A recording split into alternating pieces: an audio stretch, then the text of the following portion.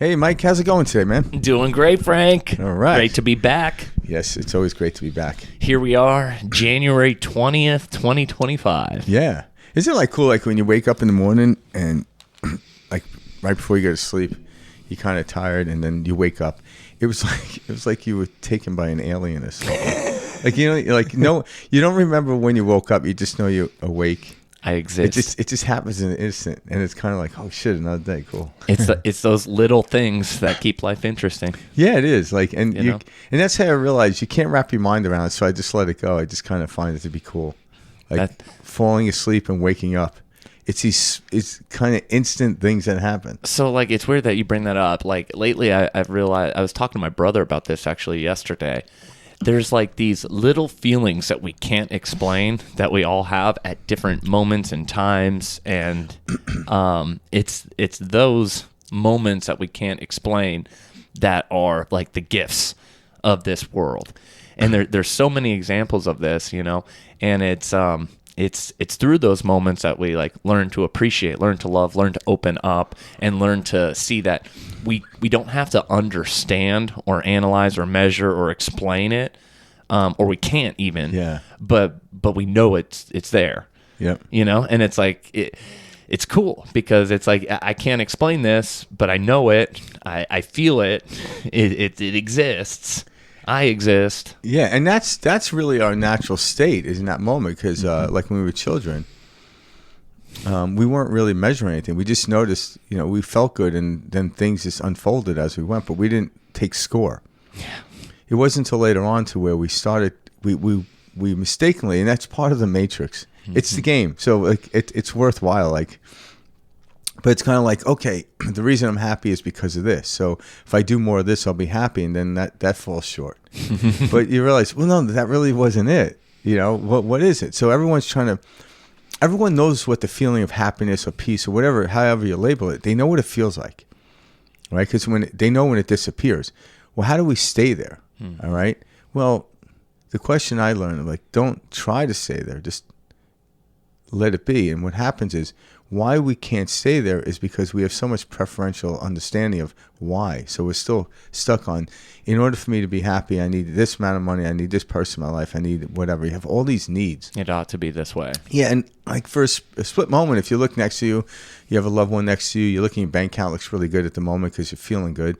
And all of a sudden, like, and then you still solidify the understanding of why I feel good is because of all these things are in alignment. And I'm like, yeah, just like the stars, they move, you know, just like the earth is spinning at 1,000 miles an hour. So your perspective is constantly shifting and turning. So as we learn to let go of these preferences, what like we talked about the revolving door, when you get stuck in the revolving door, it's a cycle. But when we actually step out of the revolving door, you come into a spiral and you're spiraling up.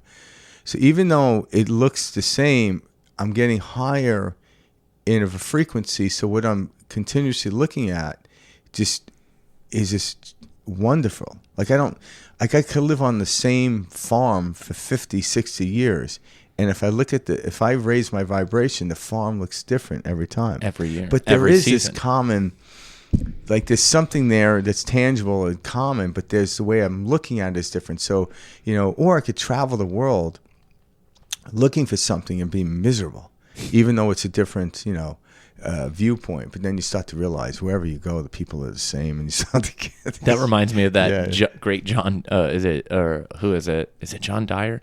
I thought you were going to say John Wick. Or no, I'm thinking of the wrong name.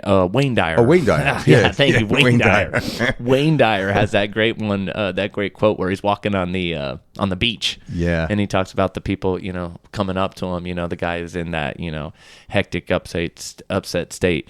You know, like, oh man, or he asks him, hey, how do you like, you know, California, or how do you like this Florida. area? I think it was Florida. Yeah, how do you like Florida? He's Yeah. like, no, how do you like, you know, where you're coming from? And the guy's like, oh, I hate it. The people are trash. You know, I got to get out of there. And he's like, oh man, you're going to hate Florida then. Yeah, the people are the same. The people are the same. Yeah. And then the other person walks by, you know, asks him, hey, how do you like Florida? You know, great. You know, are you thinking about moving here? Yeah, where are you coming from? You know, oh, blah, blah, blah. Well, how do you like the people there? Oh, they're great. And then he's like, "You're gonna love Florida. People are great. It's the same. Yeah, it's all how we're approaching it. Yeah, wherever you go, there you are, so to speak. Yep. And so, what we'll talk about today is how do we fall into that seed, or how do we, when we get out of it, so to speak, how do we get back there quickly? And there's all these modalities, and they're all great. Obviously, over the last 4 years, we introduced many speakers, teachers, and gurus or what have you. Absolutely. Over the years, and we're all talking about the same thing, just differently, right? So, and that's the thing to understand is find that 0 point, all right, and go with that, and then make the 0 point your own. And once you realize that, because a lot of times people will compare, I'm like, oh, that teacher's better than this teacher. I'm like, okay, in the moment, that teacher might resonate with you, but the other teacher isn't wrong. Exactly. It's just a different resonance, right? It's kind of like we talked about earlier. We're going to play that song too. Oh, I love it. Yeah. That's going to be fun. Blinded by the Light. Everyone knows this song, all right? A lot of people don't know this, that it was actually originally written by Bruce Springsteen. I did not know this. I learned this morning from Frank. Turn up the band, and she was blinded by the light. Cut loose like a deuce, another runner in the night. Blinded by the light. Yeah. When he goes, dude, Blind by the Light. And I'm like, oh, yeah. And he's like, no, by Bruce Springsteen. I'm like, what? And so when you listen to it, so he wrote the lyrics and stuff like that. And then, so when you listen to it, like if you're, like I like both versions, but the Manfred Man is the one that most people know.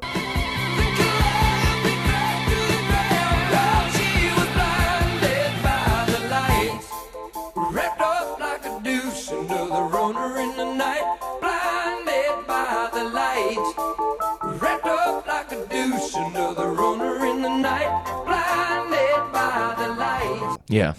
Used in movies, film, Yeah, and it came out. Obviously it came out within, I'm assuming, I don't know what year, maybe in the 70s, 80s, right? No, I think it was in the 70s. Oh wow, okay. Yeah, so late 70s. Yeah, it had to be in the 70s. I remember listening to it as a child, and that was the 70s.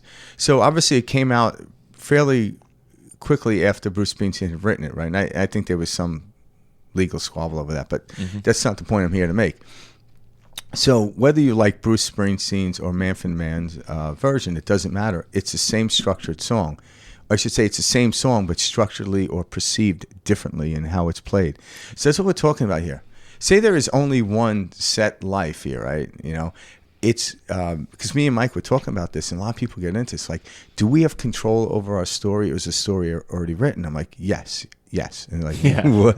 Exactly. What? It's both. Like, what? How can that be both? Because the song was written, right? And say Bruce Springsteen written, or it came through him through God, and he played it this particular way, the Bruce Springsteen way, right? So when I was young, when I first heard it, I heard the Manfred Mann's version first. Okay. And when I heard Bruce, I'm like, I do not like that. Now, over the years, I really, I like Bruce Springsteen, and I love the way he sings it too. It's different, so I don't compare him anymore. But when I was younger, I think it was because the first version, it was more seemingly dynamic, where Bruce is more deep-rooted in the storytelling, right? So it's not when you great way to say that. Yeah, you hear the lyrics more in Bruce's than you do with, because the Manfred Mann's music, the symphonic type. I don't know if that's a word, symphonic, but I know what you're saying.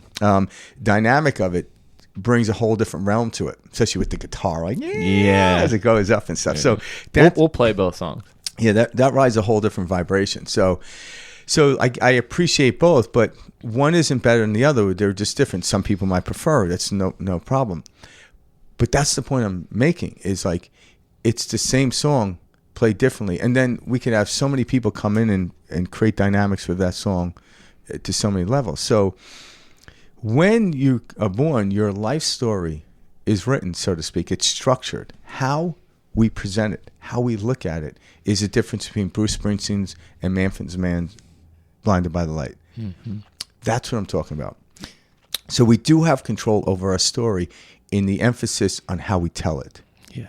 So, and that's what we're here to talk about, because a lot of people get messed up or mixed up in the understandings of this stuff because it's so subtle. Mm-hmm. So it's kind of like, okay, in the aspect of, when the law of attraction or The Secret came out and everyone got into law of attraction, and and even what I'm saying right now, to some degree, or to a great degree, is incomplete. So when we start to understand that some of this information was somewhat incomplete, so people, and I didn't, I get it wrong in the beginning, but understanding what's happening. So if I think about something, I could draw it into my life and it will come. That's not necessarily how it works. What happens is the better we get at this game, we become more intuitive. And when we become more intuitive, I can almost foresee into, say I'm on chapter 4 of my story, I could foresee into chapter 5. And even though in chapter 4, it doesn't look like this thing is going to come, but in chapter 5, it comes. But I still don't know how, because there was interference here that says it doesn't look like it's coming. All of a sudden, I'm like, well, no, I know it's coming. So just relax into it and see how it unfolds. That's how things permeate into our life. So the story's already written. But knowing the more psychic ability I have, the more I relax in the interim of that thing occurring. Because something said, I want this to happen. Not because somebody else told me. It's because I felt it my whole life that this was going to happen. Does that make sense? Absolutely. So you're getting these little previews. It's almost like reading the jacket of a book or watching a preview of a movie. You're waiting for that scene that made you go watch the movie and seeing how it correlates into the story.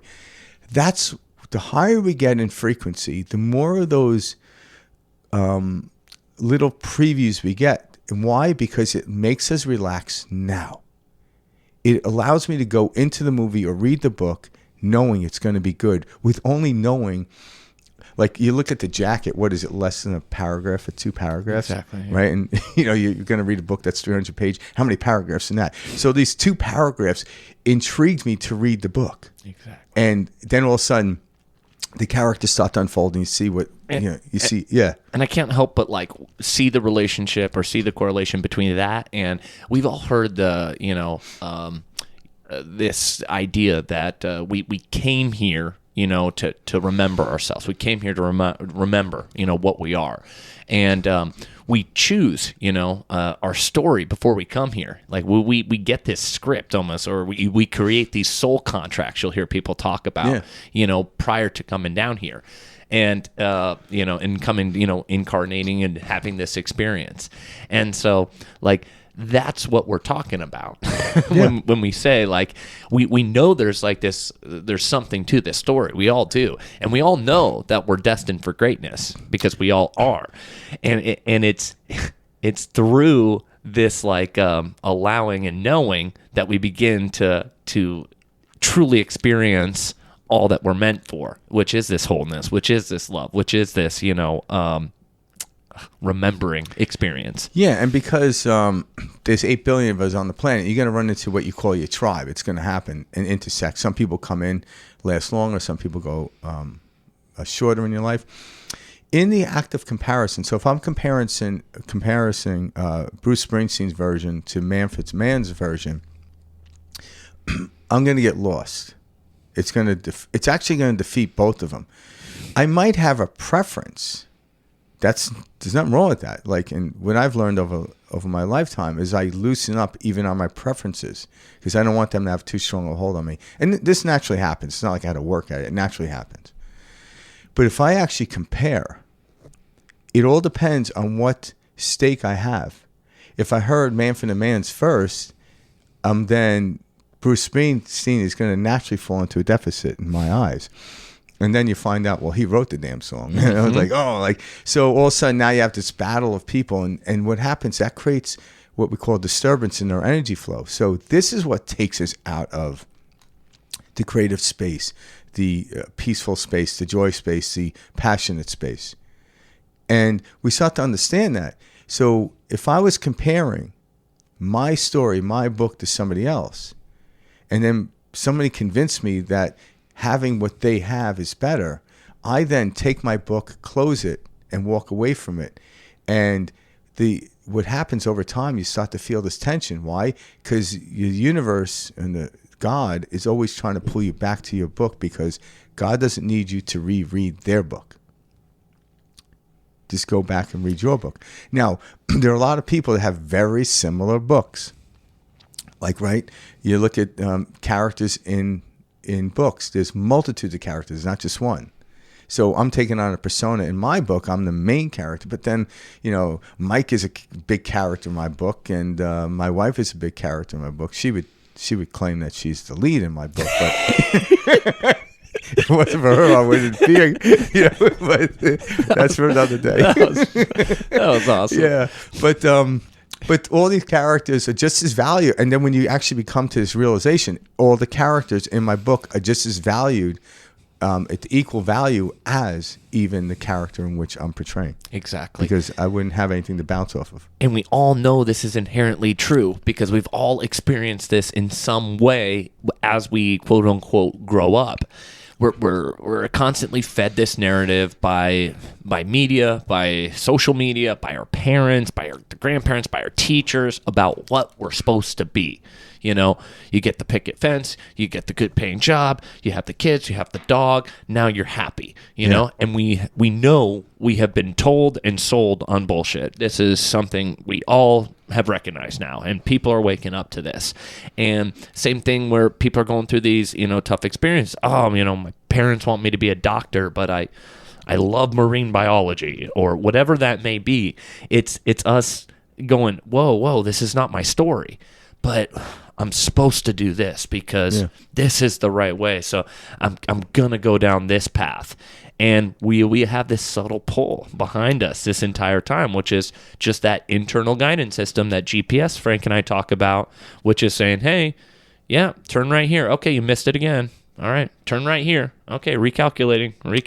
As you're going through the him-ha of becoming a doctor, even though you were meant to have this massive discovery in marine biology. Yeah, but you might go through your life and you might have the white picket fence in the family, but it's how you look at it differently. Like it's kind of like the outside world is just happening. All right, there's too many of us interfering, and not only just us. There's also the earth. Mm-hmm. There's so many variables of frequencies emitting out there to create the world around us. To say I have control over the weather. You do have control of the weather.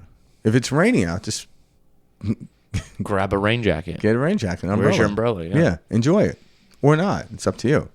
It's just the more you enjoy things, the easier life goes because it's an energy flow. Joy would be an energy flow complete. So when energy's flowing properly, it's actually efficient. And so human beings are very efficient. All living things are efficient. Water will always find the easiest route, right? It always does. Energy always finds the easiest route.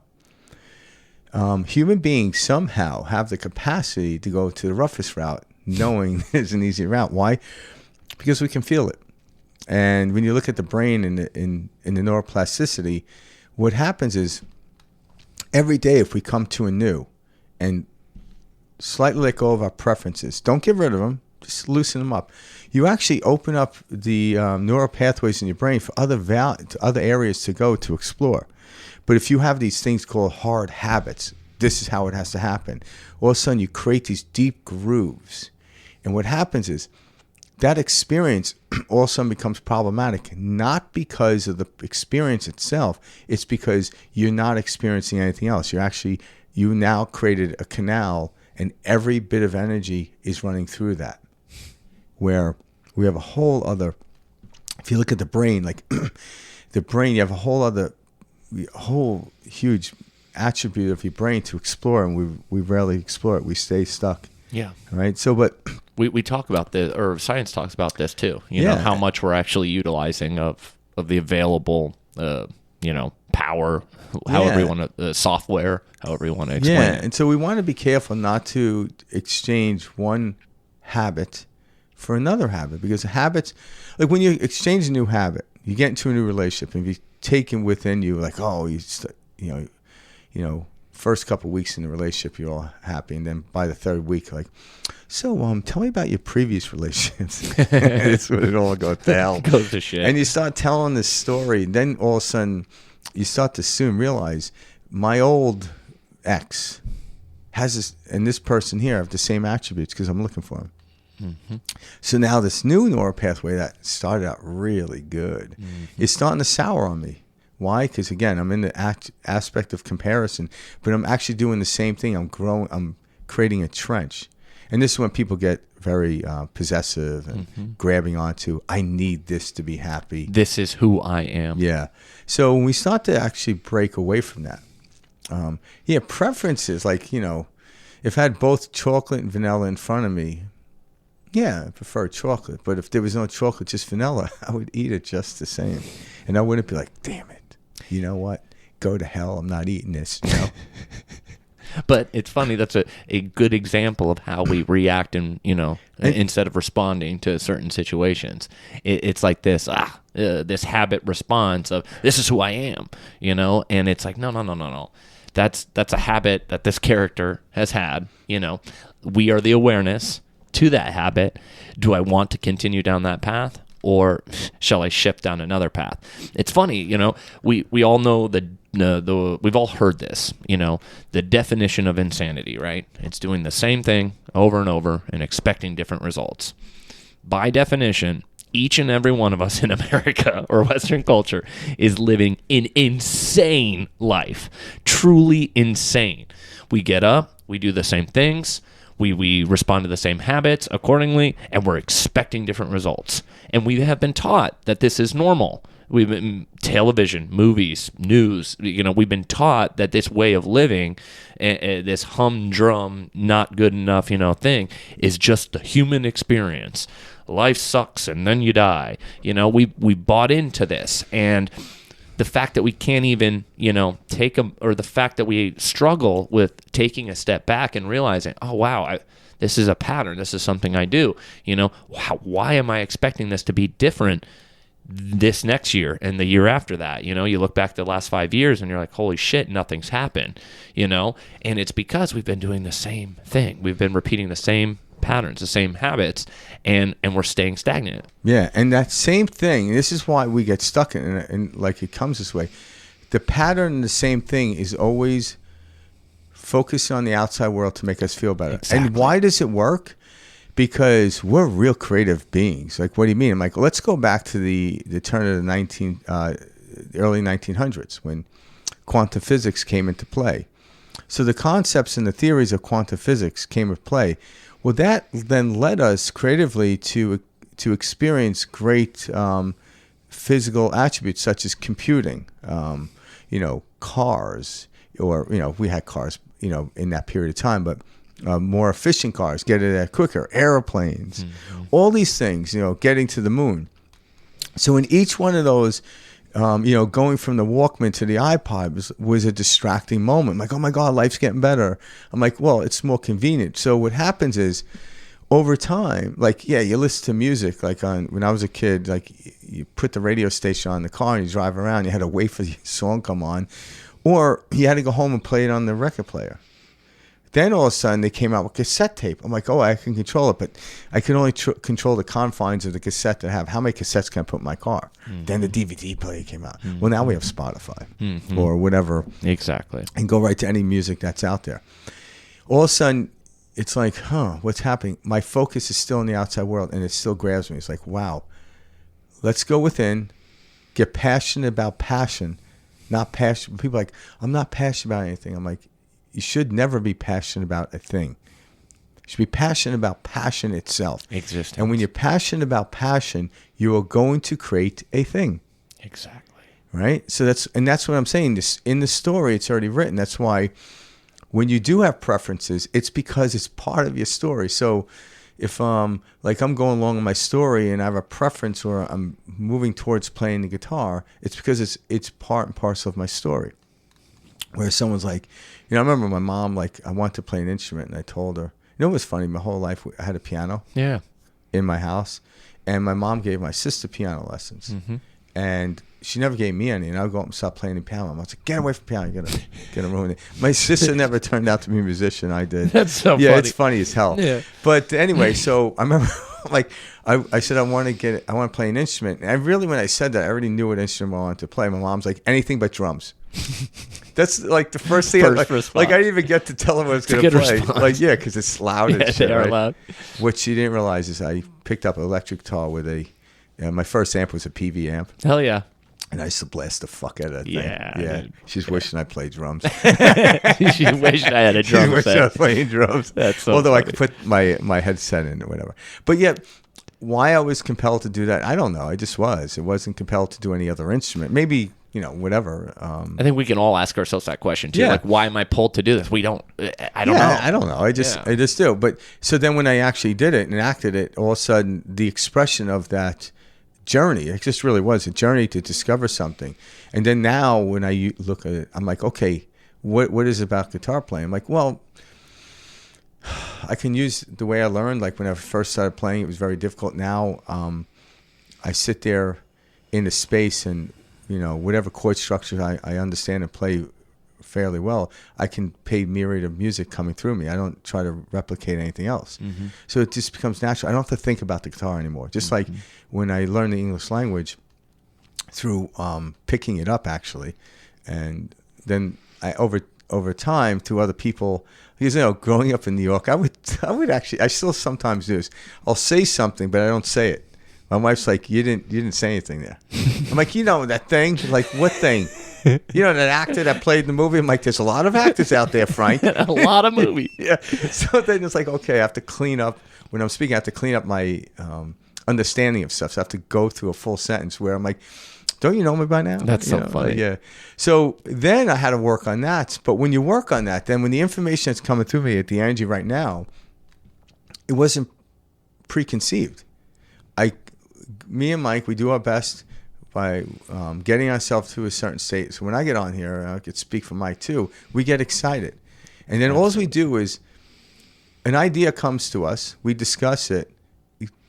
Typically, we should do it like the week before. Now we do it on that morning. I was going to say. Yeah, we don't. In the moment. Yeah, in the moment. Okay, let's throw this nugget out there, and then him and I just take our hours and shoot it towards it. And by that, information comes through me in ways I've never heard. That's why a lot of times, my wife would be like, "Hey, what'd you guys talk about?" And I'm like, "Oh." Yeah. It was a great episode. It felt good. Yeah, I don't remember, but it was good. And some points I could remember, and I'm like, why is it so difficult? Like, because I didn't write it out, we didn't plan it out. We just took a topic, we put it up like almost you do like a bullseye, and we just shot at it and see how close, see how far off we are, And that's to people listening, they're the gauge of that. Yeah.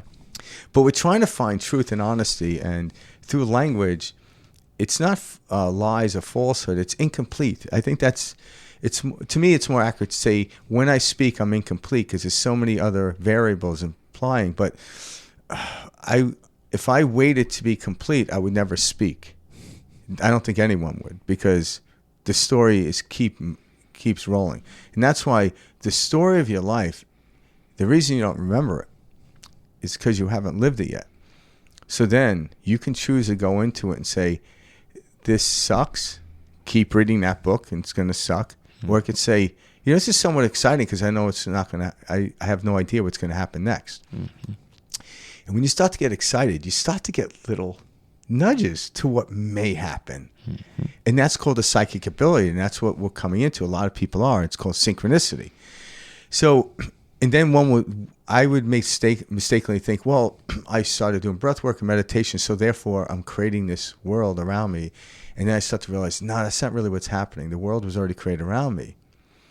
My ability to raise my energy allows me to see into the future just a teeny bit. So when I come back in the present, I'm excited about to see how it unfolds before I get the $1 million, or I get the lover, or I get that position. Because I know it's coming. But, and that's why a lot of people, this is interesting. That's why people use this phrase, be careful what you wish for. Because it will come. Because what you're wishing for, you already know exists.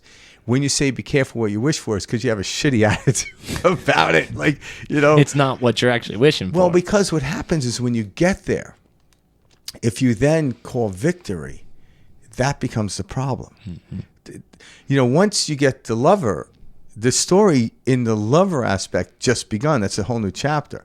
And guess what? When you get the lover, it's no longer the same lover that you were seeking. Mm-hmm. Because once you get the lover, then now with you, now you're but now it's a different proponent, because now it's you and the lover, so it's a completely different set. So the thing that you actually thought you wanted is an idea or a concept if you're trying to chase that. But when you look at it from this way, no, this is supposed to set up in my life. And then when you're in the relationship, oh, let's see where this takes both of us. And I like how you said that too, because that's what we do. We try to chase something, and it evades us, and we're pushing, and it's in the opposite. It's in the relaxing that it actually comes, and then now the dynamic changes. Yeah, because when we relax, what happens? The quantum field moves quicker. So it's almost like reading, like at the level of kindergarten, or reading the level of speed reading.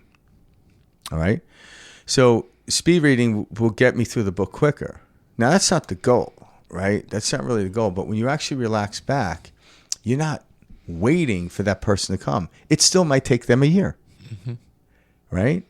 But if you want them to come, a year can seem like 10 years. You see what I'm saying? So they'll, like, according to the story, they're going to come in a year. But if I'm relaxed and on vacation, a week goes really quick. If I'm in prison being tortured, 5 minutes feels like a week. You see what I'm talking about? It's the energy field in which I'm in that actually moves what we feel.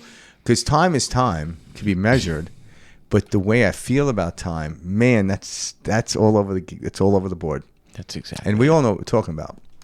Well, we've all felt that. Yeah, in some capacity. Yeah, good luck explaining to your mom, like, when you're out with your friends and like, Mom, it was only an hour I was gone. She's like, you've gone for 8 hours. Exactly. Like, good luck with that argument when she has a clock in the kitchen, right? Like, you're going to lose that argument. But to the child, it felt like an hour. Mom's like, be back in an hour, and like 8 hours went by and you get your ass kicked in.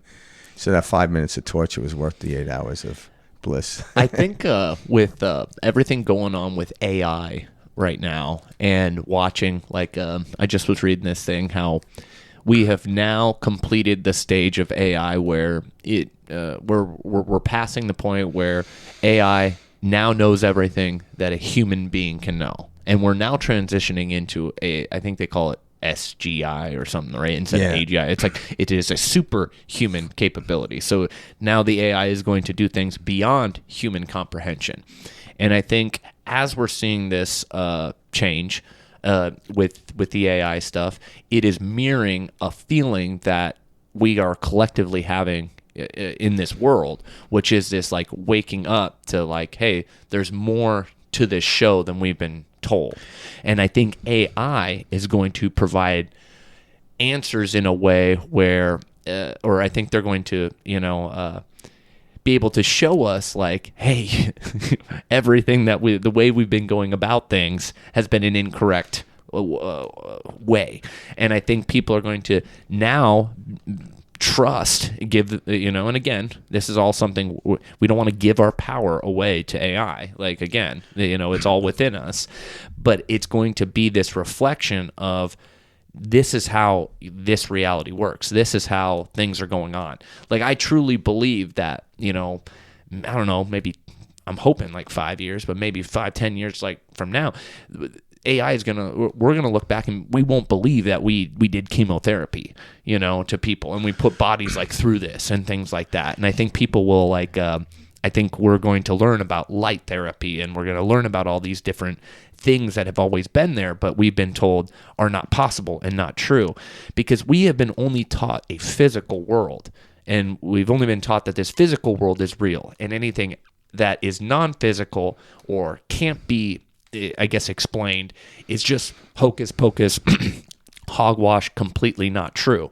And we're waking up to seeing that's not the case, that there's that just because we don't understand something, or just because we can't measure it or explain it, doesn't mean that it's not true. And, like, quantum physics shows us this. And, like, I just saw this thing about that AI Google has called Willow, where it was actually able to prove that we live in multiple dimensions, which Bashar has talked about for decades now, which is there are infinite dimensions around us. We're selecting that dimension and we're experiencing it. And it's through relaxation, we're calming the nervous system, like we're talking about, doing the breath work, calming the mind, quieting the mind, that we're allowing ourselves to experience a different reality, which then, we feel, we enjoy. We're finding ourselves more whole that way. So I don't know. I just feel like a lot is going on this year. Yeah, and I think we're feeling this in different ways. I think we're going to see it reflected in different ways, Yeah. like through the AI stuff and through experience and all of this. And I suggest carefully, don't go look back like we talk about. Like we're going to look back and like wonder why we were doing chemo. Yeah. I'm like, well, chemo got us here. Because Of prior course. to chemo, so look at, and we've always been waking up. Right? We've always been waking up. It just seems, and maybe I'm just saying this because I'm here and talking about it. It seems that we're making greater shifts in this. And okay, the outside world proves this. Like, again, my grandfather and probably great grandfather, I don't know when the record player came out. So the vinyl was the same as when I listened to as a child. And then all of a sudden they went from that to an 8-track, then a cassette, then a DVD, and all of a sudden now, bam, we made this huge leap to where it's in the cloud. What's that? Like, and like people where's the physical attribute of the music scratching through? And even like Bluetooth speakers, where's the wire? This energy or this technology's always, forever been available, but humans are waking up to it. And the technology is a mere reflection of who we are. So really, if you want to make a quantum leap, we are the healing. We are the frequency. We don't even need a machine to do it. But in the meantime, play with it. And you start to look back. I'm like, yeah, so we're actually slowly waking up. But that's part and parcel of the story. Don't evade it.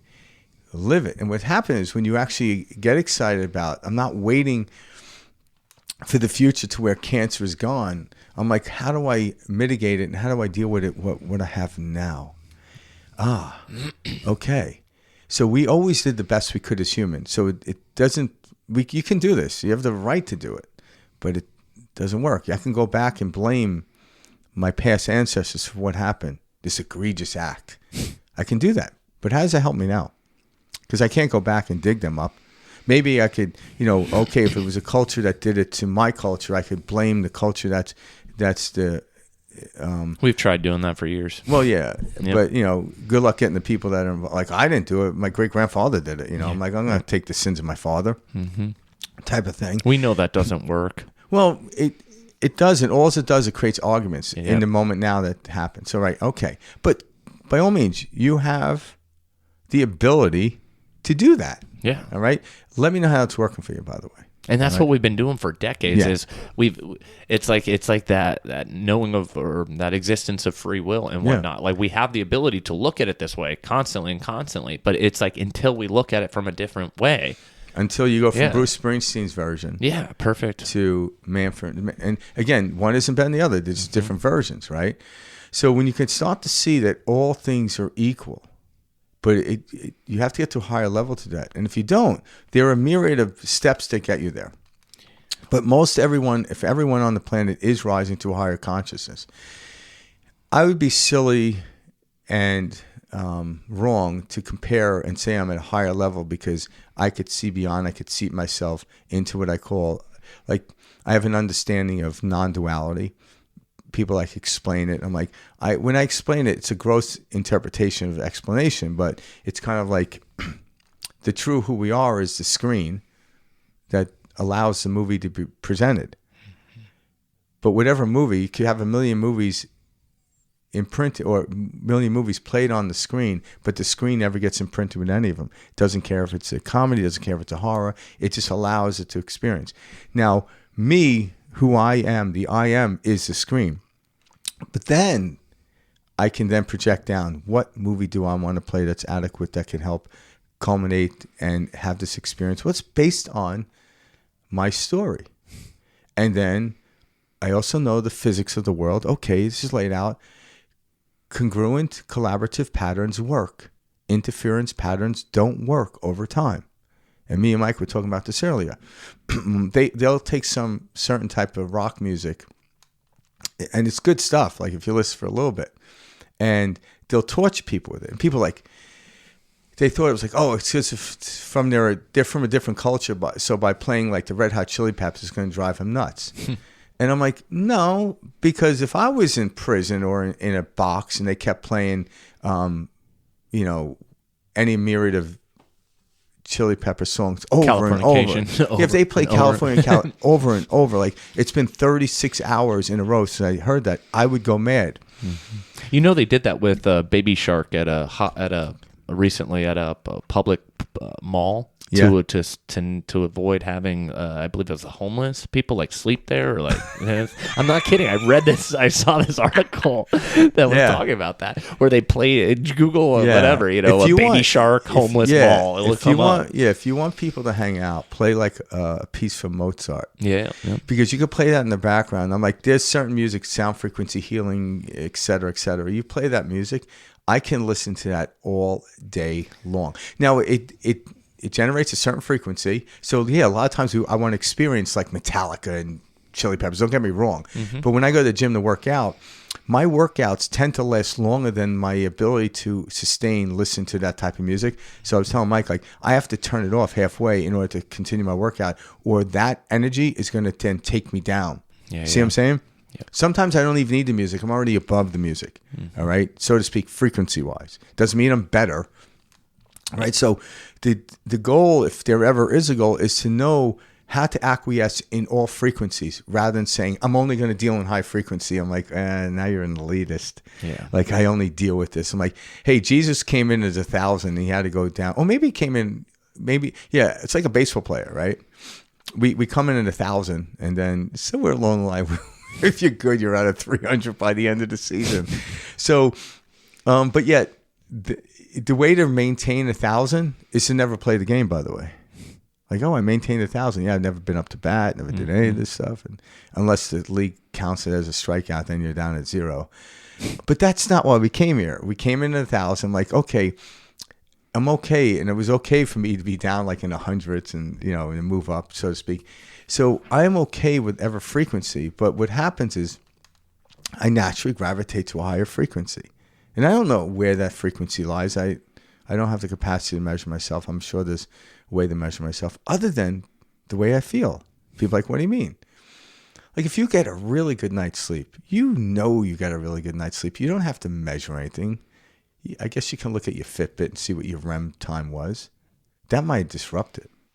I'm like, God, I got really good. My REM was now I need 45. The outside world to tell me what feels good. Imagine it said the REM was only 45 minutes and some study said it had to be at least 3 hours. I'm like, well, how can I? All of a sudden now, because you're questioning it, you don't feel good anymore. Well, it's funny, like we have like these different moments throughout life, where you see a beautiful sunset or you just feel amazing or, that Christmas feeling that, you have, that Christmas morning type of experience. And like I just did it right there by calling it a Christmas morning type of experience. It's like saying we give it to the outside world as, because this happened, this is the reason I felt that way. And that's not how this game works. It's because you felt this way, you had certain experiences. And we don't talk about that. And that's this outside-inside world that Frank and I are discussing here. Because the outside world is involved. We're not saying, because we're not, saying go live in some cave and... No, it's how we experience ourselves. But the expression of my energy then is why Bruce Springsteen wrote that song. And then why Manfred Mann listened to that song. Obviously, they liked the song. Mm-hmm. They just had a different instrumental contribution to the song. Mm-hmm. What made them look at it differently and play it differently was something that came from within. And then the expression came out as that song. And then what happens is, because the expression came out like it has this reciprocating value. So it's a cycle. There's nothing wrong with that. But if you rely on the song to make you feel good, it runs out. Sure.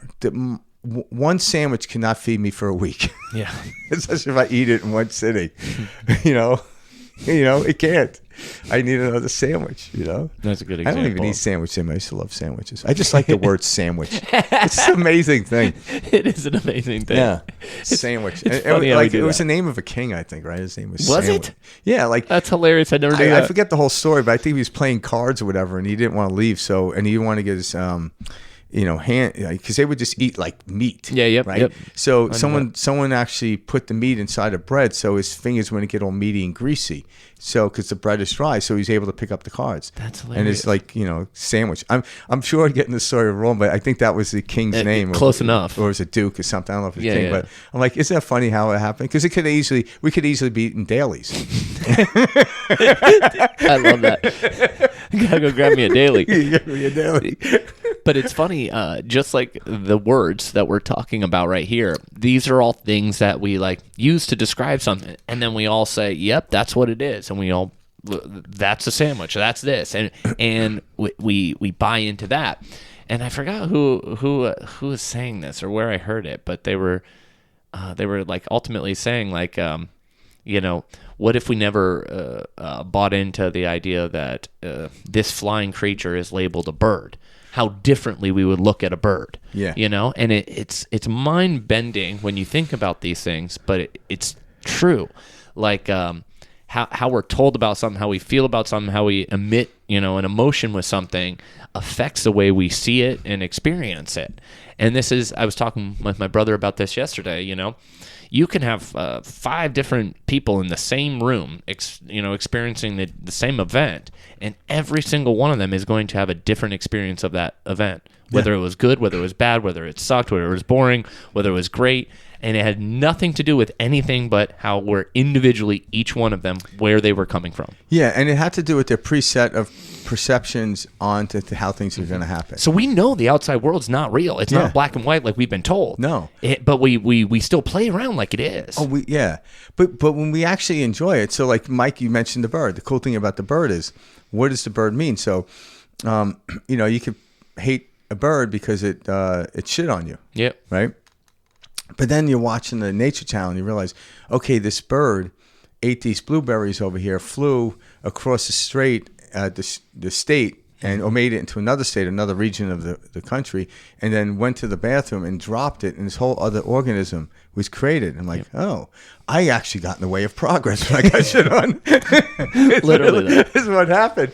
So, and then I recently heard on a Nature Channel where when birds sing in the morning, they're actually opening up the lenses of all plant life in order for them to gather the photons from the sun. Oh, so cool. When you hear birds singing, I'm like, okay, now I have that bird that's waking me up every goddamn morning is actually creating the oxygen level on the planet to go higher. Mm-hmm. So I'm like, okay, so now it's like, wow, that's cool. And like, I always find it interesting to who the hell is out there studying this, but somebody is. What it is, they're giving us a different perspective on a bird now. Mm-hmm. Completely. Like, wow, I never looked at it that way. And I look at it that way, it's tough then to hate the bird or shit on me. Mm-hmm. Then I realized I got in the way of progress because I didn't let it hit the ground. It went on my head. But maybe it was a bird, just who knows. And all of a sudden, like over time, I can't hold on to the same way I look at the same story. And that's the brilliance of life. We're not meant to. If you do, you feel the stretch. So in what we think a revolving door, what's really happening, we're in a spiral, but it's moving up. And if I'm tethered to here, I'm fighting. Getting stuck. Yeah, so I'm fighting resistance. So when I let go of resistance, that's when life becomes pleasurable. And that letting go of resistance is what we're afraid of. Okay, now we're at the section of our podcast. That's where we get people afraid. Waiting the whole time. What do we do to do that? Yep. The most important question. And so people are like, how do I let go? I'm like, well, you let go every moment of every second. Mm-hmm. Like, what do you mean? I'm like, well, take a deep breath in. All right? Hold on to it. Hold on to it as long as you can. And if you're really good, maybe 7 minutes. I doubt it. And all of a sudden, say a minute goes by. The most glorification or the glorious feeling is that out breath. Mm-hmm. There was no effort. There was effort and will that took me to breathe in deeply. Now let go. Nothing. It's just nature. So it's our nature to let go. It is. But we keep grabbing onto the mind. And we try to recorrect history in our brain, and it drives us mad. And then we yell at other people because you're the one who created this history with me. I need to get rid of you, and I need you to apologize. And they apologize, but it's still there. and all of a sudden it eats you. Like, why am I still messing around with history? It's gone. Let it go.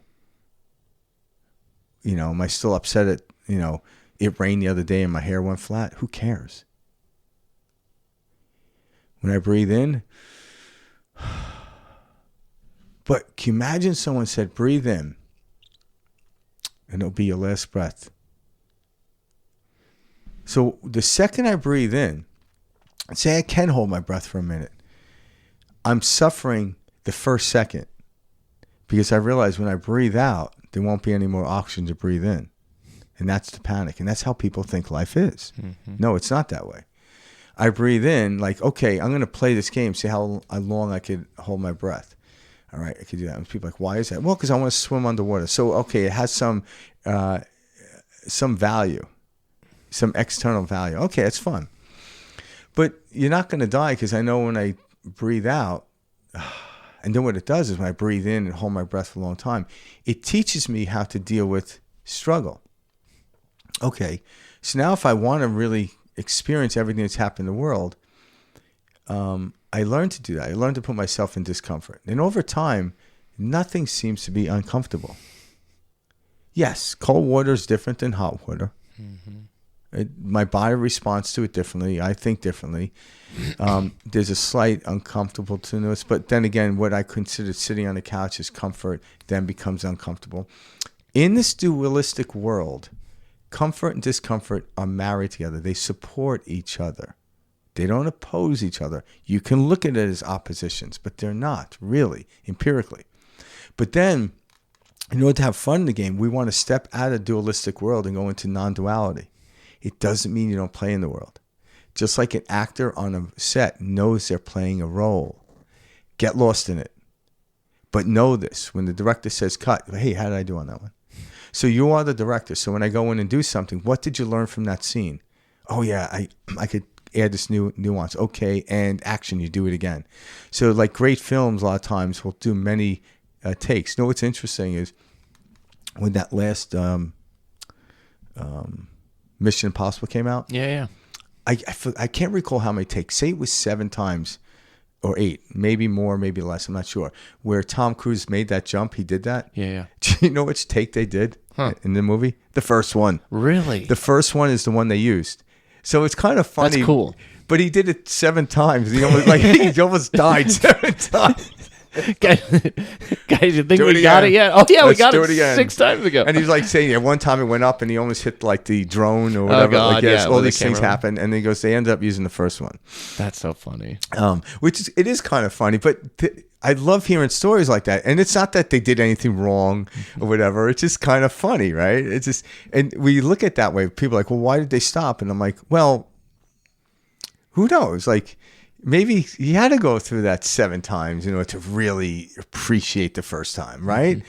So there's nothing wrong with the experience we're having because everything. So when you get into the flow of things, things are working. They're perfect. Nothing to recreate there. Nothing to change there. But then as we go higher up the spiral, you're in a new altitude. Now doing that same thing has a different degree of doing it. So now you have to really focus. So then you start to trip and fall. Well, what did you do? You didn't do something wrong. You learned something. Mm-hmm. I learned at this higher altitude, I really have to focus. Okay, you learned something. So again, you go up and keep doing that. You keep learning. You keep learning. Why? Based off of whatever. The perfection is the continuum of this story. But there's no point in the story where it's perfect. Why? Because it's incomplete. How can you make something perfect? So stop trying to act perfect in that moment. The whole structure is perfect. And then the imperfection is where we learn. Okay, that's cool. But if I keep trying to do the same thing over and over and bang my head, what's that called, Mike? Insanity. Yeah, exactly. I got to tell my wife that.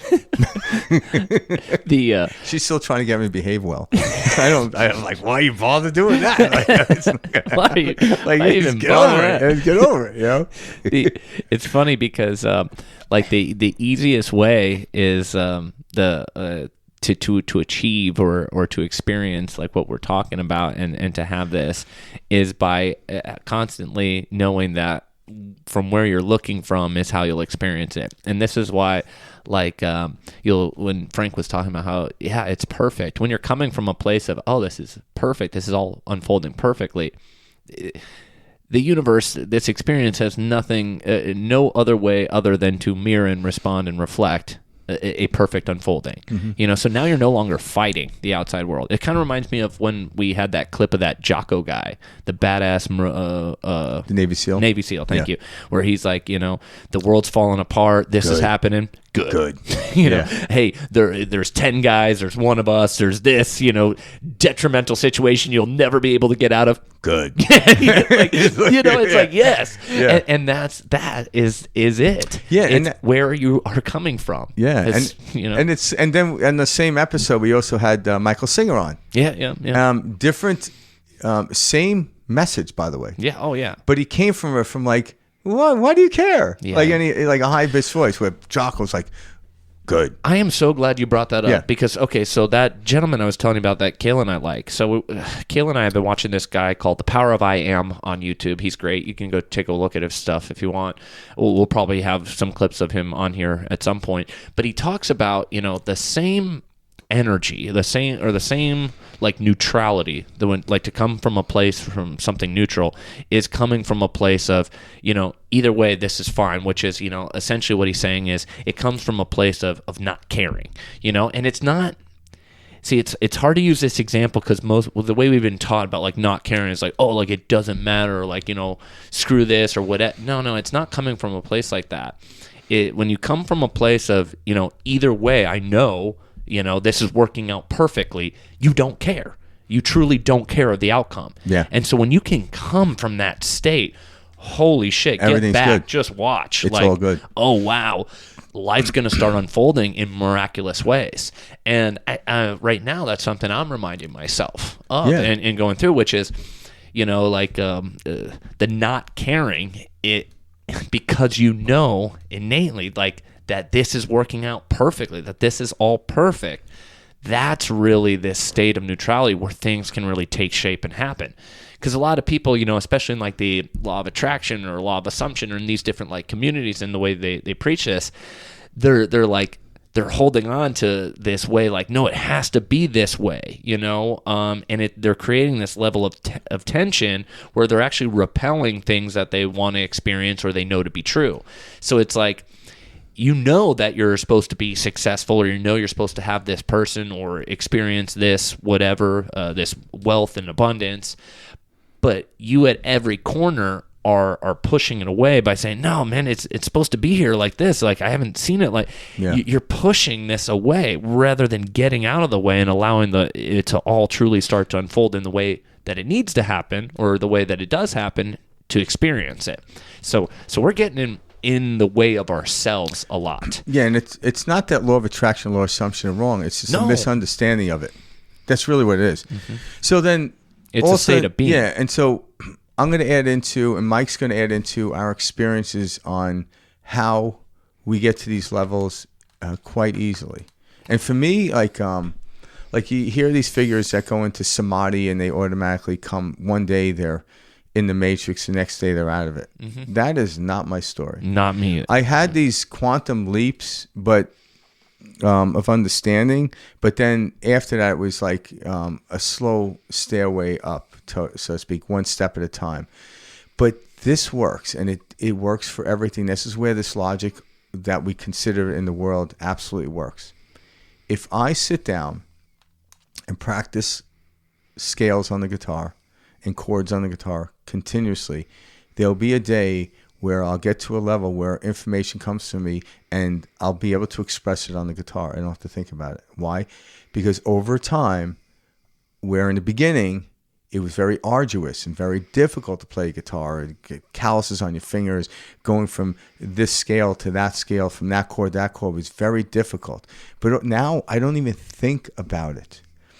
So if you're in this place, breath work, meditation, going to the gym, yoga, all these different modalities, they all work.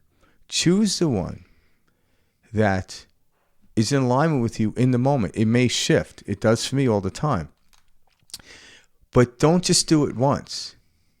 Do it all the time. So the word meditation, we said this time and time again here, means to become familiar with. So when I meditate, I've been meditating for years, I get to a point where I'm so familiar with that feeling, my meditations only take a couple of minutes. I'll still do an hour or two meditation, but not to try to better myself. It's like an experience going on. Like I don't need to go to Hawaii, but yet I want to. It's a journey, but it's not necessary, right? Same, and then obviously what precedes my meditation is obviously my breath work.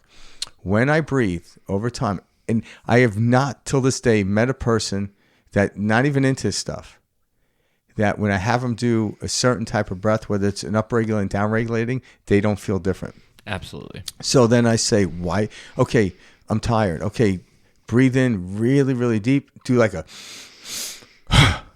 and do that 10 times. I'm like, how do you feel? I'm like, oh, I'm a little more awake. Okay, there you go. You could drink coffee. You can take a nap. Nap takes a little time. Not everyone can do that. Coffee will, and because it's an external thing, we'll take that. When you're breathing in, it's more internal, although oxygen can be looked at as external. The more I do that, my body then knows what it's like to feel good. And all of a sudden, I don't have to do it as much because my body is now becoming familiar with the feeling of the frequency of what I call good. And guess what? There's no end to that. So there's always this focus of something to do. But now I no longer I have to do this. I'm like, this is fun to do. Like watching, if you're a gardener out there gardening plants, what's fun is putting a seed in the ground. This is diehards, right? I want to put a seed in the ground and I want to watch this thing grow, right? Where those want their yards to look nice right away, they plant everything at a bigger level. They put a tree in that's already given shade. I'm like, yeah, wait till the first storm comes. That tree's probably going to fall down. When you put it in a seed in the ground, bury it, and all of a sudden it starts to grow, there's something magnificent about that growth. There really is. So sit forth, even though it seems difficult, it's because you haven't focused on this yet. Then over time, when you take things like, okay, I focused when I was younger on guitar, now focusing on writing a story or something like that, oh my God, it's fun because I understand that. So getting back to why did I play guitar? Because so many analogies based on what it took to play the guitar and then music and rhythm and everything else I can tie into it. So because I've played the guitar, I have a greater ability to speak of analogies where if I wasn't, like there are other things I speak of that I didn't necessarily experience, but I know enough about it. But with playing the guitar, I know the nuances. I know, These same examples could be given with sports or whatever. Yeah, and that's not the only reason I play guitar, but it's one of the reasons. Why do I feel compelled to read this book? For one, it's the process of reading the book, and then the gifts from it, where you read a book and someone, runs into a problem, and you have an analogy based off a character you read in the book. That's the attribute. That's the gift that keeps giving. So when you plant a seed, going into the dirt, planting a seed and getting in the soil is grounding yourself. That in itself is its complete gift. But then you look out in the backyard, I'm like, holy shit, look at that tree. It keeps giving. So when you plant these seeds of practicing meditation, practicing breathing, they actually grow exponentially through your life. And then you'll say, holy shit, no one told me this. Because we always practice things that we think are childlike stuff. So I practiced baseball, and if I didn't make it to the majors, I stopped. I practiced guitar. If I didn't make it as a rock star, I stopped. And that's what happens. That's exactly what happens. So I either make it as a basketball player in the NBA, or at some point I just have to stop playing. I'm like, no, the goal isn't to become an NBA player. If you do, great. But even then, you're going to retire from that. And then, now you have to take, it just never ends. That's why there's no perfection in it, right? But if you become an NBA player, it's because it's written in your story. Stop trying to rewrite your story so you can be somebody else to like it. All right? Instead of saying, I want to be like Mike, be like yourself. Or be like the state Mike was in. That's a good example. That's a great example. Be like the state in which Mike was in, whether you're writing a book or playing tennis. It doesn't matter. You don't need to play basketball to be like Mike. But that experience, it has to be coming from the idea that I achieved this. I experience this. Too often we're giving our power away, and we see this all the time with like a lot of the self-help stuff, even with like the gurus out there, etc. We're traveling to India, because you're gonna be my guru, and it's like the world is your guru. This experience is your guru. Yeah. Like we are the guru, and that's what Frank and I are really getting at, and we take so much in from the outside world, and we try to process it, and we try to make sense of it, and we try to mush it together so it makes sense to us, or so how we experience something. But in reality, the real world is here within. And then this outside world we don't need to make sense of. And we're so tired, and our brains are so racked with trying to make things make sense and measure them and analyze them and write the story and piece it together. And wait, that doesn't make sense because I can't get there because I haven't done this yet. And we're trying to piece and thread this outside world together as if the outside world is real. And we don't try going within to the only real place, which is within.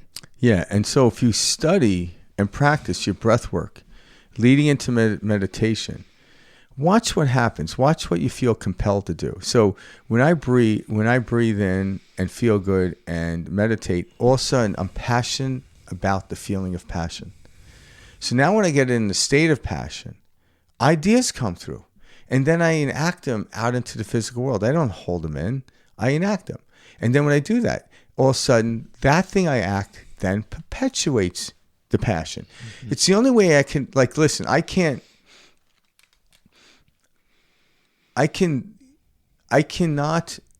get you to understand my passion by just saying I feel passionate.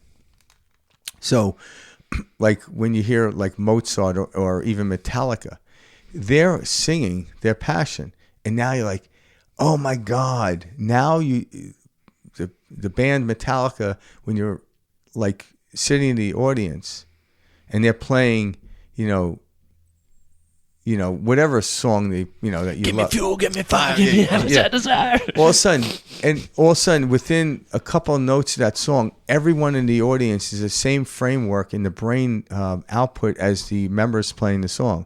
Like, and we think we talk about this. If they had like an apparatus on the brain, I remember you talking about this, and and somebody who's backstage not watching, and then a couple of people in the audience had the same apparatus, the frequency of the brain would be the same in the person, who's ever playing the song, or the people in the audience would be the same. You couldn't differentiate. Yeah, the difference same as the person singing along. The difference is the band Metallica is actually initiating it. So let's be the initiator of passion in order to help other people initiate their own passion. That's how we attract greatness into our life. If you want to go to a really good retreat, go to a rock concert, man. Yeah. Seriously, though. Yeah. You're right. Like I go to retreats all the time for like meditation. These are all great, but I remember it was over the summer. My son and I went to see Imagine Dragons, and I knew their music and stuff like that, and I've heard it. But it was just wild where, it had been a while since I'd been to a concert that size, and everyone, with their because back in my day you had to have a lighter on you. Yeah. Oh, but they had the cell phones. Yeah. And everyone is in unison with these particular songs. That's what I'm talking about. You're in this wave, and you're actually floating with it. There's no resistance. And all of a sudden, you're like, so I'm noticing the non-resistance of this whole audience all playing in one field. Like when you see a flock of birds all gathering. What's interesting is they're always trying to find who the leader of the flock is. There is no leader. Know who the leader is? The state of frequency. Yeah. The state is the leader. So you can emit and create a state. When we actually create and get to the state's already available. You don't need to create it. Mm-hmm. So when I go to the fourth floor from the third floor, the fourth floor is already created. Mm-hmm. Now I am now creating a nuance into the fourth floor because I am now experiencing the fourth floor where my being has never done that before, and so on and so forth. So this is where you could stop being scared. And through breath work and meditation, I discovered that. Not all at once. But I would get these great feelings. Then I thought, like, oh, man, I'm going to have to meditate for the rest of my life for 2 hours. You know what? Fuck it. If I have to, I'll just work part-time, I'll just work part-time. Yeah. But I'm like, no. What happened? I learned, and I didn't know this, but I learned over time. Like, yeah, I didn't need to meditate today because I woke up in the meditative state. Like, in other words, if you eat every day, you wake up in the morning, you eat at 8 o'clock in the morning, you eat lunch at 12, and you eat dinner at 5. But when 12 o'clock rolls around and you're not hungry, do you just eat? Why would you do that? You're eating for sustenance because you're hungry. There are days you're going to be hungry at 11. There's days you're going to be hungry at 1. There's days you can go all the way to dinner without. I'm like, stop trying to inject structured patterns. Yeah. Patterns are natural. You don't have to structure it. We've totally done that as Western culture and society. So when I'm meditating, I don't have a structure to my meditation. I'll do a guided meditation. I'll listen to this person. Sometimes I'll just close my eyes and then see what happens. It varies. One of the best things you ever told me that really helped open me up and crack me open was how you explain, like, don't go into something expecting something or with like this level of expectation. You just have to go into it. And this is for like everything in life, by the way. But like, I've had some beautiful meditations because you shared this with me early on. But like, if you're like, all right, so I'll give you an example. This guy, this Power of I Am guy I was just talking about, he was talking about how he had this great meditation once, right? Where it was like it's short meditation, but it was like he had this download where he came out of it like a different person. Yeah. And he truly felt different. But when he shared this video, he said, hey, don't go into this with the expectation I'm going to be a changed person after this. Because he had no idea. You're putting this now on the outside. Now you're giving your power away. You're saying, all right, it's this meditation at these frequencies is going to make me crack wide open.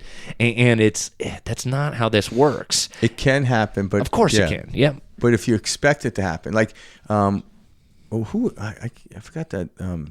The gentleman from India. He's a younger guy that we covered at one time. I know who you're talking about, and I can picture him. He has the longer hair, and exactly. Whatever. He has the ink on his forehead. Yeah, so he was talking about falling to samadhi, and he's like, I didn't do anything. Like, yes, my family meditated, we prayed and did yoga, but so did everybody else in my family. I just slipped into it. So this is kind of like going in the understanding. Again, even when I explain this, it's still a gross interpretation. But his story was already written, so this is going to happen to him. Mm-hmm. But he's like, yeah, meditation is good. It really is. No one can deny that. It's turning off the mind. Yeah, it's turning off the mind. It's getting into a comfort-seated place to who we really are. Mm-hmm. But then there's a moment we have to express it. But don't think if you're going to meditate, like, okay, if you meditate for 1,000 hours, collectively, you'll reach samadhi. I'm like, that's not how it works. It's not. No, and it's funny because people kind of act like that. Yeah. Like, oh, you just got to Ramana Maharishi. Yeah. I was at 16 years old. He, from what I understand, came home from school and he thought he was going to die, so he lay down. Mm-hmm. And then he went into this, what they call samadhi, and then for 2 years, he pretty much couldn't take care of himself. He didn't even talk. Mm-hmm. And then he came out of it. It's like, okay, if I'm here, I might as well do something. Mm-hmm. Eckhart Tolle went to a similar type of experience. Now, I've never done that. Like, I've had these awakenings, but still went to work the next day. Oh yeah. And I didn't like, I had this awakening because I was meditating. No, check it out. My awakenings never came during meditation. Yeah. They came from, like, I was driving the car, or I was in talking to someone, or I woke up in the morning and I just felt good, and bam, an idea came to me. And like, oh my God, I got to write it down. Mm-hmm. That's kind of how it came to me. Now, what I noticed is I was more in a calm state, but now when I don't try to get calm so I can get downloads, I like the way calm feels. Yep. I really It do. is our most natural state. Yeah, I like it. I could be calm, doing a really vigorous workout at the gym, and I could also be calm sitting on the couch. Is a difference. So, because when you go to the gym, the idea is to get your heart rate up and down quickly. Because if your heart rate's too high and goes, and you can't control it, it's going to be a long time before your next set. Mm-hmm. So it's like working on your breath. So I can get more efficient. So what does that mean? I can do my workout in 40 minutes instead of an hour. Mm-hmm. Again, the goal isn't to get it done in 40 minutes. The goal is efficiency. I love efficiency. So what I'll do is I could spend 2 hours in the gym on some days because I like it. But I want to feel this nice, calm, steady. I want to peak up and come down. And I don't always get it right. I push myself, but that's the game. I learn something every time I do that. So for me, when I struggled early on with that, it was because I had this mental narrative that I did not deserve that feeling, and I had not earned that feeling. So I'm sure there's people listening right now that have felt that way in their lives too. Is like a lot of times we don't allow ourselves to have this level of peace because we feel like we haven't earned it yet. I don't have enough money in my bank account to feel that. Yeah, you're chasing. And that's where I came from. Yeah. And it was hard to get over that. And I remember being like, no, I deserve this peace. And it was in that knowing that like things started to work out, and then even more and even more and even more, but it's just, I want people to know you absolutely deserve this level of relaxation and peace. All right. I heard this guy say this. This struck me just now when you said what you said. Yeah. And there's truth to this. All right. This guy goes to this young kid and says, hey, if I give you $1 million, how would you feel right now? Give you $1 million. And the guy was a millionaire, so it wasn't like, impossible. It was his brother saying it to him. Mm-hmm. Yeah, he was like, it's possible. He goes, I'd feel great. All right. If I gave you $10 million, how would you feel? Oh, even better. Well, say if I gave you $10 million, but you wouldn't wake up tomorrow, would you still take the $10 million? I said, no. So why don't you feel great when you wake up? Because waking up was greater than $10 million. Mm-hmm. So you realize it's the awareness of life that is the abundance, not the reflection or the outside world. Outside world. Mm-hmm. Yeah. It's not the outside world. Like that was a really good way of getting people to know it has nothing to do with the outside world. Because $10 million, and it was elated, like, oh my God. Mm-hmm. But waking up was more valuable than the $10 million. I totally get that. Because it's all about experiential, right? So why can't we live this experiential in peace and harmony with the outside world? Guess what? When a storm comes, you can live in harmony with the storm. And then if you live in harmony with the storm, you're at peace with the storm, mm-hmm. right? You can live in harmony sitting at the beach at 72 degrees, slight breeze as well. It's a different frequency of harmony. But when you're in there, within the harmony and not fighting it, you don't get banged up by the storm. You're moving with it. So then everything is, as Jocko says, good. Well, and I believe that's why people, anyone listening to this right now, tunes in to this show, is because how you feel as soon as you turn it off. It's this knowing, like, no, this is all good. It's all good. I am worthy. The walls are not closing in on me. Like, I can do this. Yeah. I am so powerful. Like, it's the same reason I turn on anything, like you talk about this a lot, Frank. You'll say like, you have Michael Singer on in the background just because that's like a meditation. It's a meditation, yeah. And I hope that we're a meditation for those listening right now, because that's what we're talking about, because this is how I got there. This is how I continue to move through this, is I know what feels good and what doesn't, just like anybody does. And so I've learned now through experience and through trial and all that like it is getting to that state in order to experience that and more and grow, that I get myself to that state. How do I do that? Well, through calming the nervous system. How do you calm your nervous system? Well, are your nerves calm right now? Okay, this is a way. Yeah. What are the ways? And so I started to put my attention only on ways that would allow me to expand and grow. Yeah. So I started eliminating legacy media on the news, outside influence, bullshit sitcoms, bullshit, movies, these junk things that are, funny or this or that. And I realized, no, this is the reason I have such a screwed up version of the world and how this works, was because I've been taking all this and thinking it's real. And I started to go with it. And I put all my attention only on this growth, and what happened? It blossomed. It continues to blossom to this day, and these old things, these old patterns start to fall away because you're not feeding them anymore. Now the cool thing is, like, if you're addicted to something, say like alcohol, definitely in the moment when you do that, renounce yourself from alcohol.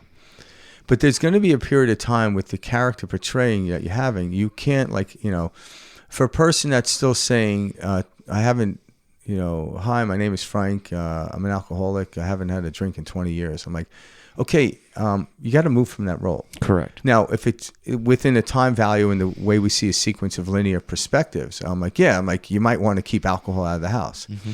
But over time, it's like, that's not who you are anymore. So you don't need to deem yourself an alcoholic. Correct. Just like, certain act like, Connor Reeves doesn't go onto a movie set and says, I'm John Wick. Yeah. That is a particular role he plays. Mm-hmm. I think there's a new one coming out, by the way. I heard about that. Yeah. Yep. Anyway. There definitely is. Yeah. So the point I brought this up is once you get to that place of peace and harmony, whether you watch like John Wick or some horror movie, it won't hurt your soul. Then it becomes entertainment, right? But in the moment, like if you're feeling negativity, you're feeling overwhelmed or stuff like that, turn the news off, turn all those put on like a comedy or whatever. That will help fix that. But you want to get to the point where if you do confronted by like a movie like John Wick, it's just pure entertainment. There's no real value. It can't scare you. It can't do anything. It's just interesting, right? You may or may not be compelled to want to watch it. So there's a difference. So I didn't come here to renounce. There is a moment when I'm going through to renounce. So in other words, I'm trying to lose weight and get to a complete understanding. Well, you want to probably renounce certain calories, sugar helps out, whatever.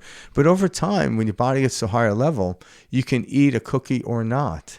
You're no longer addicted. Now it's a complete choice and complete once you eat the cookie, right?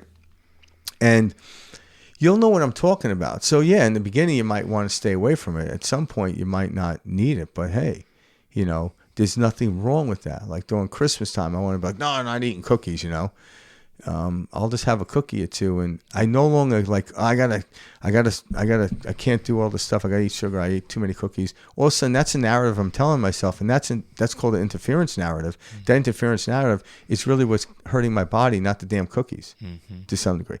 But there is a connection with the cookies. I'm not saying there isn't, but there's this nuance of knowing when and when not to play with that in the dualistic world. But when you come from the non-duality, it's all just a game. It's all just play. But from the new non-duality place, what character do I want to portray in the scene? Now I'm a seasoned actor, and I play it. And mine is, I look at two pattern recognition things, congruent or interference. Well, I'm gonna work towards the congruent, and then be aware. Again, I have to be aware that my intentions don't pave the road to hell either. So I have to be aware of that, and that creates another nuance in my life, right?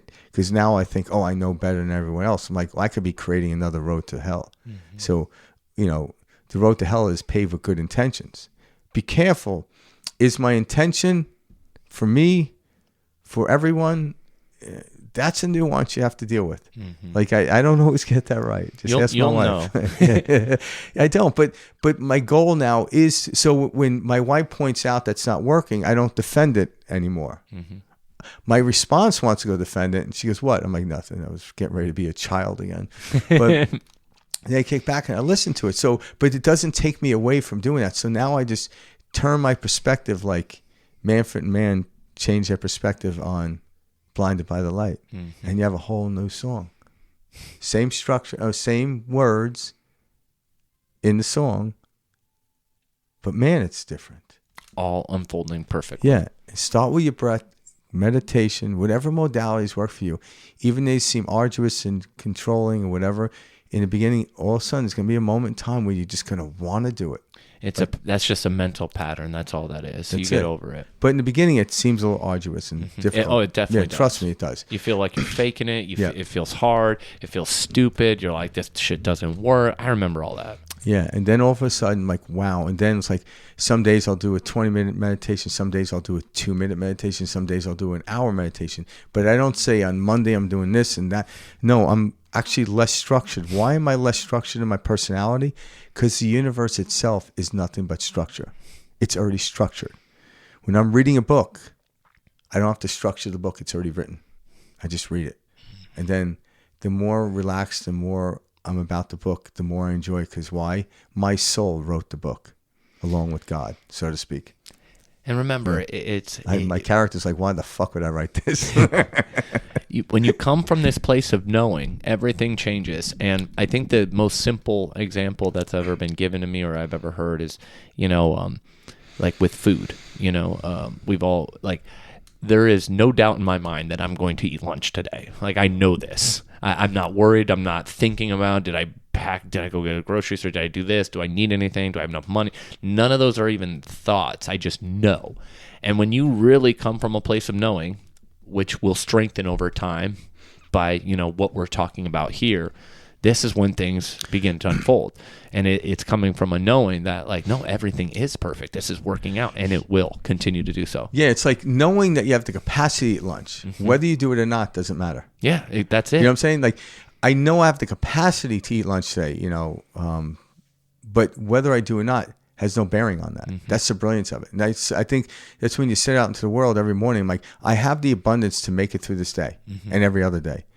Where the abundance, how much of it I spend, what I accumulate, and whatever, that's the gift. That's the details. That's the detail. That's kind of like, oh, this is interesting. Some days it's this. Some days it's like but that. If I said I had to make X amount of dollars per day in order to sustain this life, that's an arduous way of living. It's very difficult. It's unsustainable.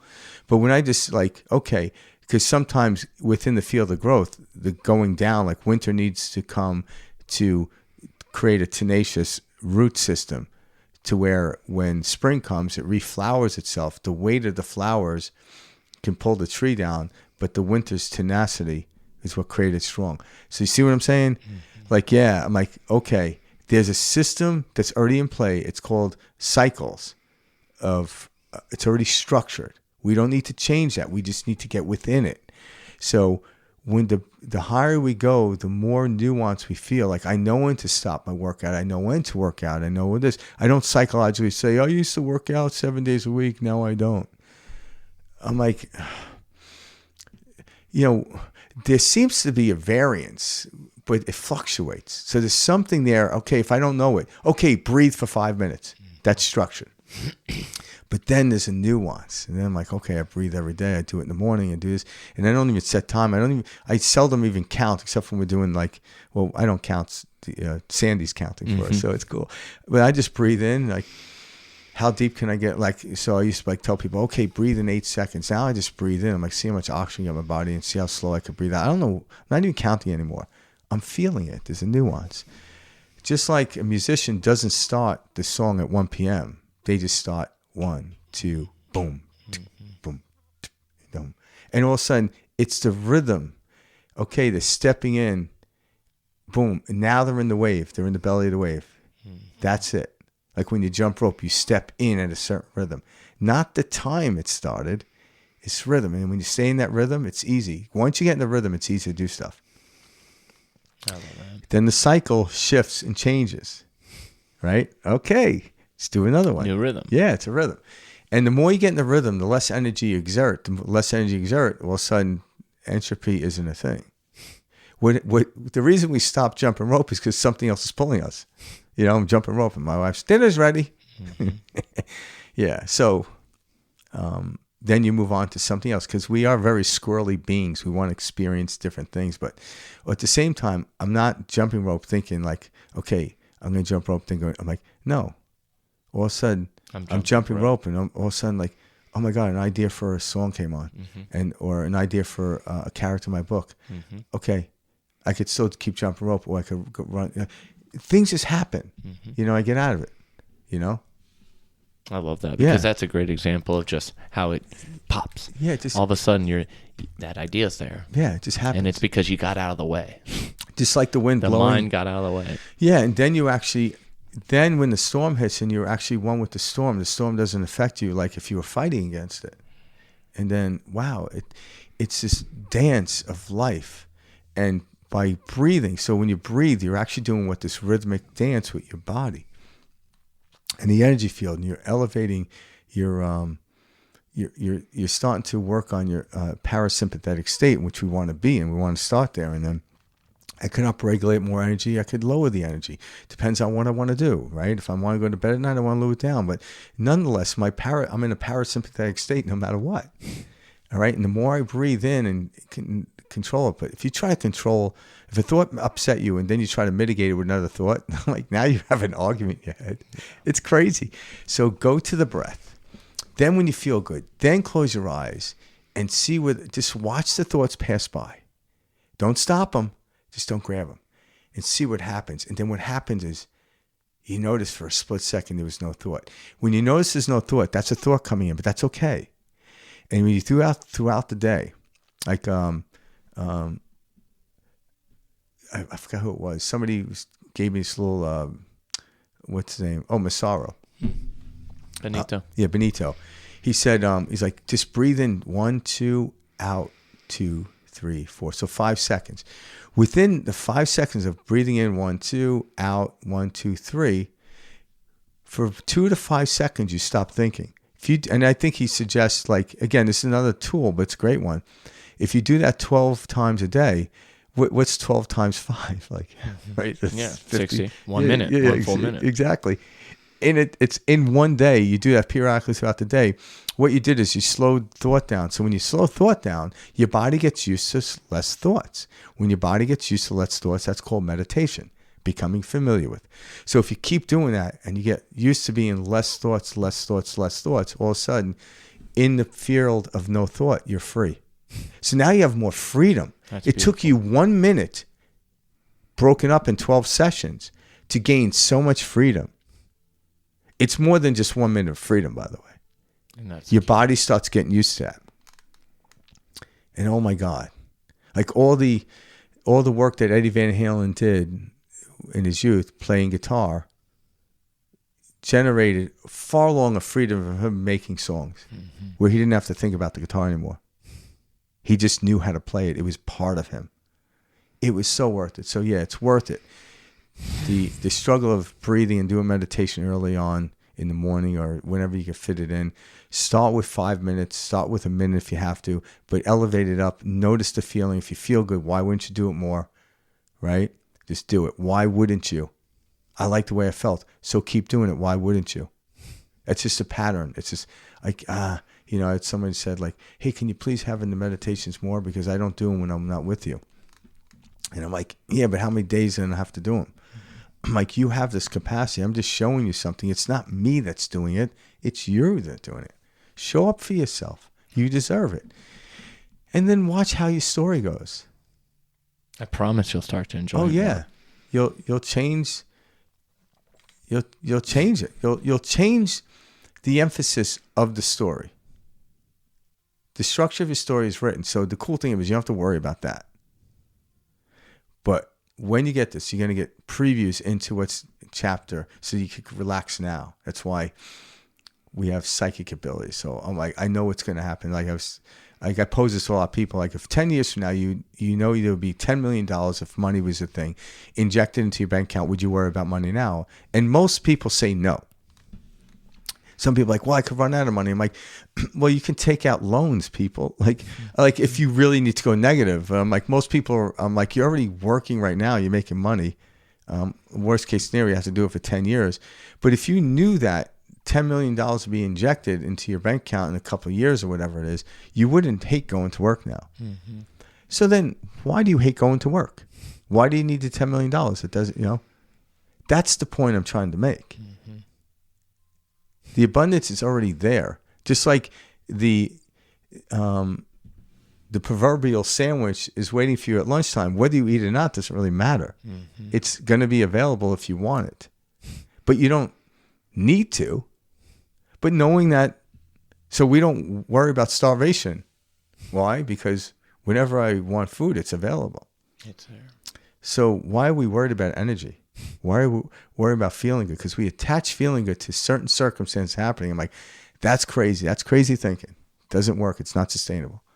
But when you get into this breath work and meditation, you can listen to some of our past podcasts. We talk about it, or go on to YouTube, look up breath work. So I like preceding my meditation with breath work because people are like, I can't meditate. I'm like, yeah, because your thoughts are too much. But when you breathe, you slow your thought downs naturally. So when you do that, by the end of your breathwork session, even if it's 5 minutes, you're like, oh, I feel good. Well, just stay there and feel good. That's meditation. Even if you do it for 5 more minutes. Now when I go to work, I want to stay in that state. I want to remember that state. I want to become familiar with that feeling that I had in meditation. Now see how life unfolds.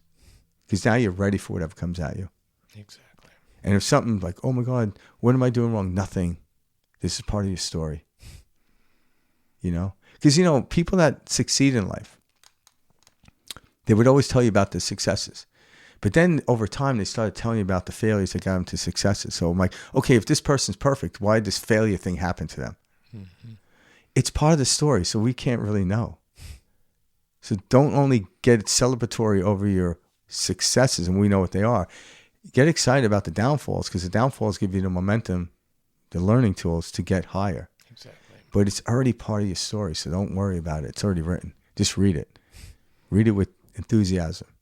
Read it with peace. Read it with that passion. Passionately read the story. And all of a sudden, people are like, what are you reading over there? Mm-hmm. But you realize, like, if Morgan Freeman read every book on the planet, everyone would listen to it because he's got that voice, right? Yep. So it's not the book; it's the story too. Don't get me wrong, but it's where's it coming from? It's the energy that's being So every story has equal value. They're not going to be equal in its output. That's not the purpose of it. But I can read it like this, or I can read it like this. Mm-hmm. Oh, and then he went and he won all this money, but then he lost it. I'm like that. You can read it that way, or you can read it like, yes, he won all this money and then he lost it, but he learned something. But yet the strength in the way we put it out there. Breathe, meditate, and you'll know the feeling of that. Then carry that into your world and see what you see in the production of the life that was already given to you. And that's why we give it to God. I love that. Yeah. That's a perfect place for us to end this. Great talk today, guys. I think this is something a lot of us experience on a day-to-day basis. This is some great reminders, even myself sitting here, listening today. This is great because this is what we're all here collectively remembering. And man, life gets real fun really quickly. Yeah. It's exciting when you start, understanding that you are the game. Yeah. So we'll see you guys next week. If you love what you heard, please like, subscribe, follow, all that good stuff. If you have any short stories for us or anything you want to share, please reach out to us. It's perspectiveshift2020@gmail.com. We're reading those emails. We're responding to them. We'll see you guys next week. Yeah, and I think we're having a guest on. Is it next Monday or the Monday? Yeah. I think it might be the Monday after. I'll have to look. The Monday after. Because I think next is the 27th. We're going to have a listener on that sent an email and tells a story, and she's willing to share it, so we're going to have her on. So if anyone out there wants to share the story and beyond, we love to grow this community, and we're all in this together. So we love featuring it. Right? Yep. Yeah, reach out and share your story. Yeah. All right. Much love and peace out. See you guys next week.